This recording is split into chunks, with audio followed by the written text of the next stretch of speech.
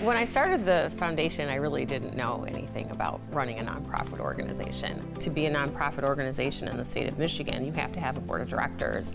And so I brought on some people that had served in other boards who could help me navigate exactly how you have a board. But a lot of them were people that I already knew from different parts of my life. Monica is one of my dear friends. I have known her my entire adult life. We met in our first jobs out of college, and we're very, very, very close. I distinctly remember her having that conversation of calling me, saying that this was like a passion of hers that she wanted to, embark upon, and being ecstatic for it. And when she asked if I could, participate with her, obviously as her dear friend, I wanted to help. Also, just given my own experiences in life, I felt like that was a wonderful opportunity to be able to share things that I've learned and hopefully be able to have a positive impact as well in the city. Lloyd was the person that had the knowledge and the structure and knew the parliamentary procedure. I was honored to be asked to help support her vision and her dream.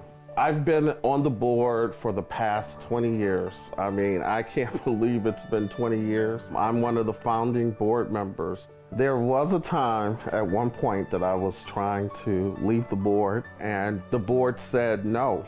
They would not accept my resignation and that I will remain on this board. And so while it was flattering, I was like, wow. I said, once you join, you can never leave. But it's been all good. I have enjoyed, I'm glad I stayed. For the first 10 years, I didn't have a staff, and that was because I wanted to make sure that the bulk of our resources all went to our programs, and they still do. 70% of the funds that we bring in all go towards the programming for our kids. Now we have better enhanced the products and services because we have the right staffing in place.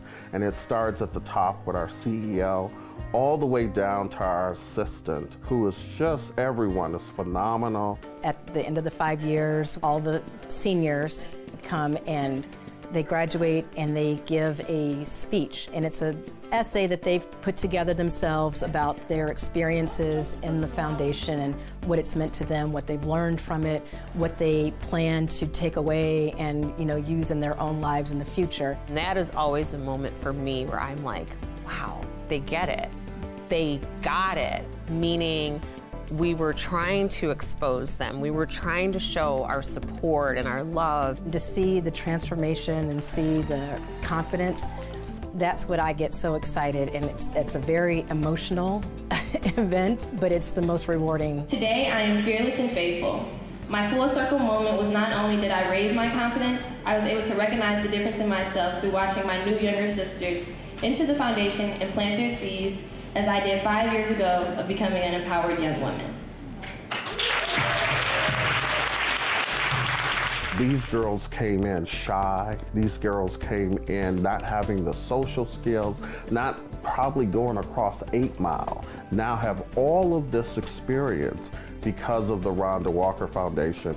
We have a success rate that we brag about all the time, that we have 100% graduation rate, maybe 98% college graduation, and we're still working on that 2%. We know that a lot of these kids may not have those outcomes if not for us. Knowing that Rhonda has the utmost trust in me with these young ladies that are in the organization that she formed, and that she knows that she can tell these parents that they can trust me, gives me a lot of joy and compassion, and makes me also want to work that much harder to make sure that we see and bring together this whole vision that she had put together.